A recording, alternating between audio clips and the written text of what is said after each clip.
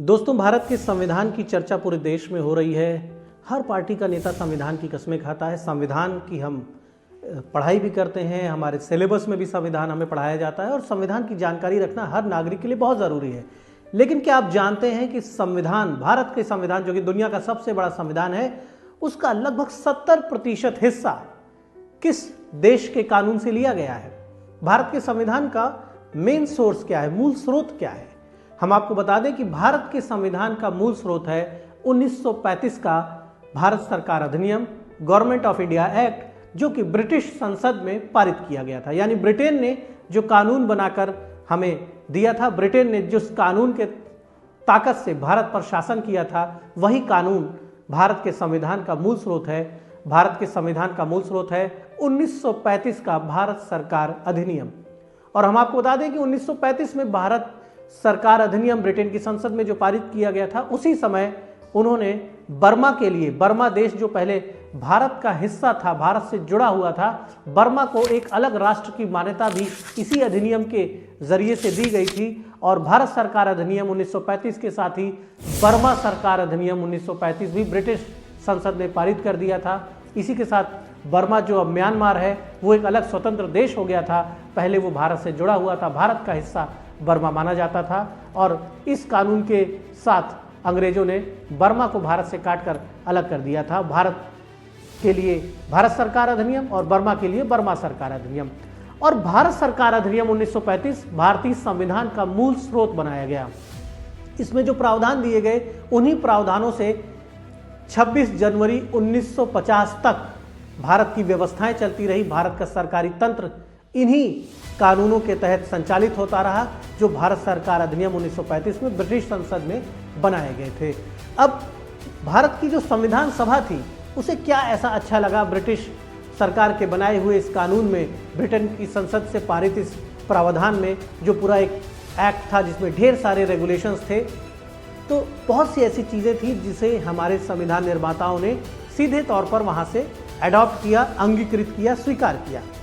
भारत सरकार अधिनियम 1935 जो कि ब्रिटिश संसद से पारित हुआ, उसमें राज्यों और केंद्र के संबंध क्या होंगे, जो संघीय ढांचा है भारतीय संविधान का, ये उस 1935 के कानून से लिया गया कि राज्यों के क्या अधिकार होंगे, केंद्र के क्या अधिकार होंगे, किस तरह के आपस में संबंध होंगे, कौन कौन से डिपार्टमेंट्स पे कंट्रोल होगा केंद्र और राज्य की सरकारों का, कैसे केंद्र और राज्य की सरकारों के बीच में कोऑर्डिनेशन होगा, तालमेल होगा, और कोई विवाद होगा तो कैसे उन विवादों का निराकरण होगा।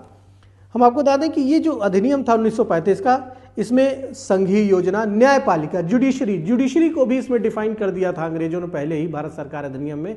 और इसी अधिनियम के जरिए से कई साल उन्होंने भारत को चलाया। तो इस अधिनियम को सीधे तौर पर हमारे कॉन्स्टिट्यूशन में लिया गया, जुडिशरी को भी वहाँ से लिया गया। लोक सेवा आयोग यूपीएससी, जो सिविल सर्विसेज हमारे देश की हैं, जो ऑल इंडिया सर्विसेज हैं, जिन्हें आज ऑल इंडिया सर्विसेज IAS, भारतीय प्रशासनिक सेवा कहा जाता है, इन्हीं सर्विसेज को भारत सरकार अधिनियम में, अंग्रेजों के बनाए गवर्नमेंट ऑफ इंडिया एक्ट में ICS कहा जाता था, इंडियन सिविल सर्विसेज। ये जो यूपीएससी का ये जो मॉडल है, ये भी अंग्रेजों का दिया हुआ मॉडल है। और ये मॉडल भी ब्रिटेन की संसद ने कानून बनाकर भारत पे शासन करने के लिए ये व्यवस्था बनाई थी। और हमारे संविधान ने इसे वहाँ से, इसी एक्ट से, गवर्नमेंट ऑफ इंडिया एक्ट 1935 से हमारे कॉन्स्टिट्यूशन में इसे जोड़ा गया। इसके अलावा जो गवर्नर का जो पद है, राज्यपाल, चुनी हुई सरकार प्रदेश में होती है, मुख्यमंत्री की कैबिनेट होती है, मुख्यमंत्री चीफ एग्जीक्यूटिव कहा जाता है, लेकिन असल में चीफ एग्जीक्यूटिव स्टेट का राज्यपाल यानी गवर्नर होता है। गवर्नर से मिलने के लिए मुख्यमंत्री को भी जाना पड़ता है। गवर्नर को पावर होती है कि वो सरकार को बर्खास्त भी कर दे। गवर्नर राज्य सरकार की कार्यशैली पर नजर रखता है, इंटरफेयर भी करता है, इंटरवीन भी करता है, और जरूरत पड़ने पर सेंट्रल को रिपोर्ट भी करता है। तो गवर्नर का जो ताकतवर पद है, जो इंस्टीट्यूशन है, ये भी गवर्नमेंट ऑफ इंडिया एक्ट के द्वारा दिया गया। और ये सब ब्रिटिशर्स की एक योजना थी भारत पर शासन करने की। हमारे संविधान निर्माताओं ने भी इसे सही माना और एक्सेप्ट कर लिया। इसके अलावा हम आपको बता दें कि जो इमरजेंसी रेगुलेशंस हैं, आपातकाल का जो प्रावधान है, आपको याद होगा कि इंदिरा गांधी जी ने, देश की पूर्व प्रधानमंत्री, तत्कालीन प्रधानमंत्री स्वर्गीय इंदिरा गांधी जी ने आपातकाल लगाया था, देश पर इमरजेंसी लगाया था।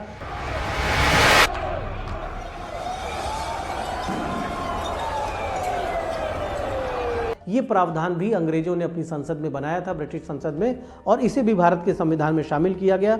उसके अलावा जो एडमिनिस्ट्रेटिव डिस्ट्रीब्यूशन है, प्रशासनिक विवरण पूरे देश में कि ये डिपार्टमेंट्स होंगे और ये डिपार्टमेंट्स कैसे काम करेंगे, इन डिपार्टमेंट्स में ऐसे ऐसे अधिकारी कर्मचारी होंगे, इनके राइट्स और ड्यूटीज़, इन पर कंट्रोल कैसे गवर्नमेंट करेगी, अलग अलग मंत्रालय कैसे इन पर नियंत्रण करेंगे और किस तरह से सरकारी योजनाओं को, कार्यक्रमों को लागू करेंगे, ये सारा detail government of India act में दिया हुआ था, ब्रिटिश संसद के द्वारा पारित एक्ट में।